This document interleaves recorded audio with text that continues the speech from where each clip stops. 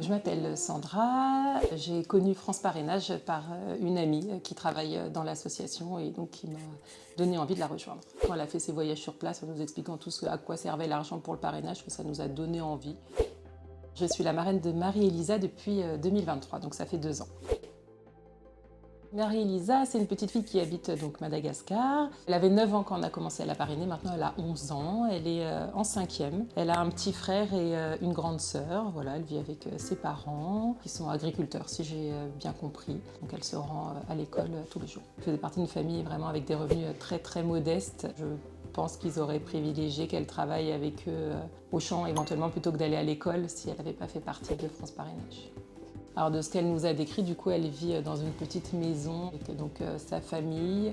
Elle nous parle beaucoup du temps qu'il y a la pluie, qu'il fait chaud. Et voilà, on sent que chez eux, ça a toute son importance. Pourquoi on a choisi Madagascar? On voulait un pays francophone, tout simplement parce que l'idée première, c'était aussi que nos enfants puissent un petit peu écrire des lettres. Donc on s'est dit c'est plus sympa s'il n'y a pas d'intermédiaire de traduction. Donc voilà, on nous a proposé Madagascar ou l'Afrique et après on s'est dit plutôt un pays où on pourrait aussi peut-être un jour aller en voyage. On a choisi de parrainer un enfant et sa communauté parce qu'on se disait que c'était plus complet dans ce qu'on désirait. Si juste on faisait un enfant tout seul, ça avait moins de sens que si on pouvait aider aussi un petit peu ses copains tout simplement. C'était plus une idée de faire un geste un peu plus global que juste sur un enfant. On faisait déjà des dons à des associations en France pour la recherche contre le cancer, contre tout ça. Et en fait, là, c'était plus l'idée qu'il y ait un lien avec une personne spécifique. Et c'était, je pense surtout quand nos filles ont commencé à grandir et on a voulu un petit peu les ouvrir un peu sur le reste du monde. C'est d'être sûr que ces enfants vont pouvoir aller à l'école grâce à nos dons. Et du coup, peut-être un peu avoir une meilleure condition de vie qu'ils ont pu avoir en tant qu'enfants. Je dirais, peut-être moins important quand même que les besoins vitaux qui sont de pouvoir la santé, manger, évidemment, ça c'est peut-être le plus important. Mais c'est aussi important parce que pour moi, c'est ce qui va permettre qu'eux changent un petit peu leurs conditions de vie et sortent un petit peu d'un milieu très précaire où ils sont dans leur famille. Alors j'ai une petite fille qui a 4 ans et demi, donc elle est contente quand il y a une lettre qui arrive, mais voilà, c'est plutôt la plus grande qui a 7 ans qui a commencé à écrire sa première lettre à Marie-Elisa et qui est hyper demandeuse de savoir quelles sont les conditions de vie là-bas. En plus, ils ont un projet à l'école où justement c'est l'école à travers le monde, où ils voient des vidéos d'enfants qui font des kilomètres pour aller à l'école et dans une des lettres qu'on a reçues, justement, on nous expliquait, alors pas Marie-Elisa, mais qu'il y avait d'autres enfants dans cette école qui faisaient des kilomètres tous les jours pour pouvoir venir à l'école et qu'il y avait un projet d'ouvrir une espèce de centre pour qu'ils puissent dormir sur place et pas avoir à faire ce trajet tous les jours. Donc elle a réussi à faire le lien de ce qu'elle avait vu à l'école et nous dire mais c'est comme dans la lettre que Marie-Elisa avait écrite, on savait qu'il y avait ça qui se passait. Donc non, je trouve que c'est top pour les enfants. Le soutien qu'on peut apporter à Marie-Elisa, l'aide notamment, elle nous dit pour les fournitures scolaires.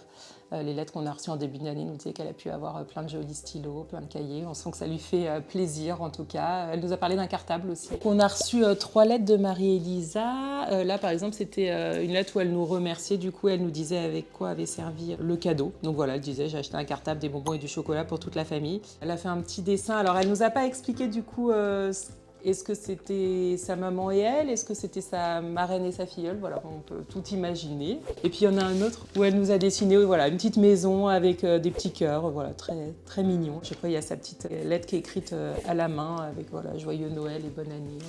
Quand on reçoit une lettre, on est hyper content, on les ouvre pas tant que les filles sont pas là. Et c'est un moment où vraiment on se consacre, on attend que ce soit le bon moment pour ouvrir la lettre qu'on a reçue de Marie-Elisa. Ça, du coup, c'est un courrier où c'est pas Marie-Elisa qui parle, mais on nous raconte un petit peu ce qu'elle fait. Je pense que c'est la personne qui s'occupe d'elle, qui nous dit un petit peu les conditions de son domicile. Par exemple, elle nous dit qu'elle a l'eau potable à la maison, elle nous dit avec qui elle vit, donc frère, sœur, papa et maman, et que c'est un habitat vétuste en zone rurale. Elle nous dit que ses activités pendant son temps libre, elle aide sa mère à faire la lessive. Donc ça, je passe le message à mes filles aussi, qu'elles pourraient m'aider. J'aime bien recevoir ces lettres en plus des lettres qu'elle écrit elle-même, parce que là, pour le coup, elle décrivait un peu plus ses situations, sa condition de vie que Marie-Elisa elle-même ne nous raconte pas forcément dans ses lettres. Les lettres qu'on reçoit permettent vraiment ce lien privilégié. Si on avait juste ça, les nouvelles ne seraient pas pareilles. Vraiment la lettre manuscrite avec le petit dessin qui est fait en plus. On aurait envie d'en recevoir encore plus.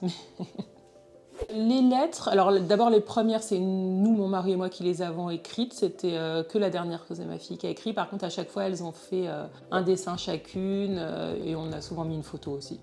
On s'est au début beaucoup présenté avec un petit peu ce qu'on faisait. La dernière lettre, c'est ma fille Iris qui l'a écrite. Elle l'a écrit avec des mots d'enfant. C'est elle qui disait ce qu'elle avait envie d'écrire et qui était plus un petit peu le quotidien comme Marie-Elisa quand elle nous écrit. En fait, elle nous décrit pas beaucoup comment elle vit, elle nous décrit ce qu'elle a envie de nous dire. Voilà, il pleut, il fait chaud, c'est ce qu'elle vit sur le moment et c'est plus spontané. Les enfants ont plus de facilité, je trouve, à écrire que nous, les adultes. Ce qu'on a trouvé sympa, c'est qu'à chaque fois, elle nous disait ce qu'elle aimait bien s'acheter avec ce qu'on lui avait offert à Noël ou à son anniversaire et qu'on se rendait compte que toutes les petites filles, qu'elles soient à Madagascar ou en France, avaient les mêmes envies, à savoir les jolis stylos, les barrettes et les bonbons et chocolat. Et elle disait pour toute ma famille. Et ça, c'était important aussi du coup de voir qu'elle avait partagé un petit peu.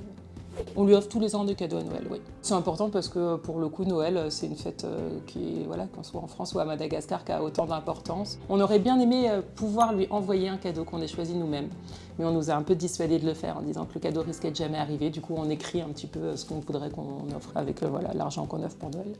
Je me dis que justement, maintenant que c'est informatisé, qu'il y a moins de délais, ça permettra des échanges plus fluides. Du coup. Alors, les slots parrains, je pense que c'est vraiment une super idée, qu'on puisse scanner une lettre manuscrite. Je pense vraiment que ça va améliorer les délais de la poste et peut-être envoyer plus de photos aussi, du moment qu'on reste avec le format manuscrit pour les lettres. C'est hyper important pour mon mari et pour moi d'ouvrir nos filles un peu aux conditions de vie qui restent sur le reste de la planète parce qu'ici on est ultra privilégiés et du coup voilà, qu'elles se rendent compte en sachant qu'on insiste toujours pour dire qu'ils sont heureux. C'est des enfants qui sont heureux, ils ont des choses complètement différentes de nous mais que c'est pas pour autant qu'ils sont malheureux mais qu'ils voilà, ils ont besoin d'un petit coup de pouce financier pour notamment être en bonne santé et voilà, avoir accès à cette éducation qui est quand même hyper importante. Elle apporte, je pense, surtout une ouverture sur le reste du monde. C'était vraiment ce qu'on souhaitait. On est content de dire qu'on parraine une petite fille à Madagascar. Et la plus grande nous demande souvent est-ce qu'un jour on ira la voir.